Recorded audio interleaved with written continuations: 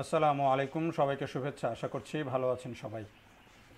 ঈদে এবার টানা 9 দিনের ছুটি পাবেন সরকারি কর্মকর্তা কর্মচারীরা, এবং সেই 9 দিনের ছুটি একদিন একটি নির্বাহী আদেশের ছুটির ফলেই কিন্তু এই টানা 9 দিনের ছুটি পড়েছে। এবং এই টানা 9 দিনের ছুটির কারণে সরকারি কর্মকর্তারা তো বটেই, অন্যান্য সব প্রতিষ্ঠানের কর্মকর্তা কর্মচারীরাই কিন্তু খুশি, কারণ এই ছুটির প্রভাবটা সব বিভাগেই পড়বে, সরকারি বেসরকারি সব চাকরির ক্ষেত্রে কিন্তু পড়বে।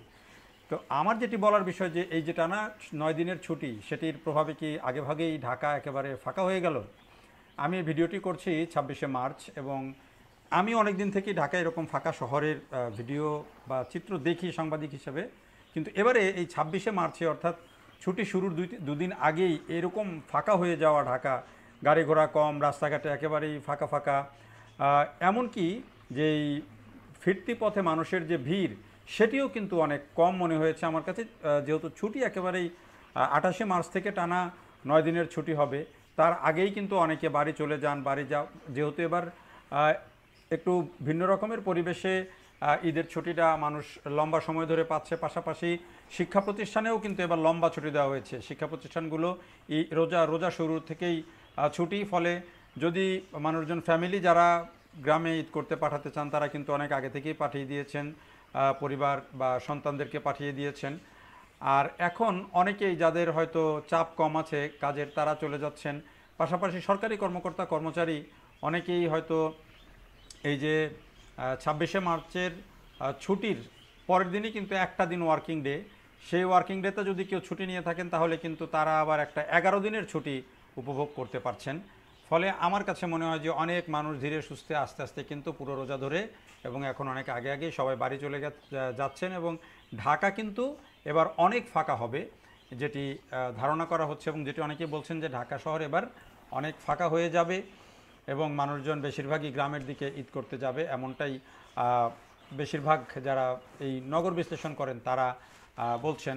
তো সেই ফাঁকা সড়কেরই চিত্র, আমি যে বিমানবন্দর সড়ক দিয়ে যে চলছি, দেখেন একটা, হ্যাঁ এমনিতেও ছুটির দিনে একটু ফাঁকা থাকে, কিন্তু এমন ফাঁকা আমি খুব কমই দেখেছি যে এই ঈদের আগে যখন মানুষজনের বাড়ি যাওয়ার ব্যস্ততা থাকে, সেই সময়ে এমন ফাঁকা থাকা কিন্তু এটা একটা অস্বাভাবিক।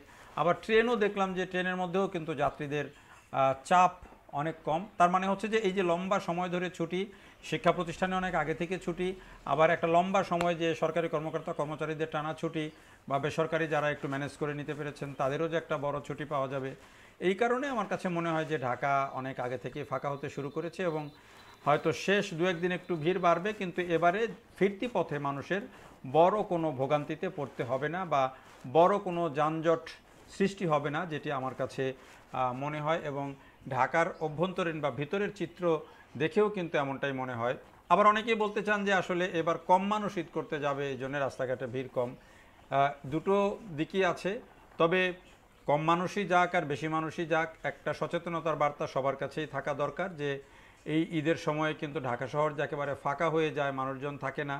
আর এইবারে যেহেতু আইন শৃঙ্খলা পরিস্থিতি আমরা অনেক দিন থেকেই দেখছি যে বেশ অবনতি, চুরি ছিনতাই ডাকাতি এগুলো অনেক বেশি পরিমাণে হচ্ছে, ফলে এবারে নিরাপত্তার বিষয়টা সবাইকেই মাথায় রাখতে হবে। ঢাকায় যারা বাসাবাড়ি রেখে গ্রামে যাবেন ঈদ করতে, তারা অবশ্যই বাড়তি নিরাপত্তা, বাড়তি তালা দেওয়া বা একটু সিকিউরিটি বাড়তি নেওয়া নিয়েই তাদের যাওয়া উচিত। এটি আমার মনে হয় যে আহ্বান, শুধু আইন শৃঙ্খলা না, নিজের দায়িত্বেও নিজেদেরকে এটি করা উচিত বলে আমার কাছে মনে হয়।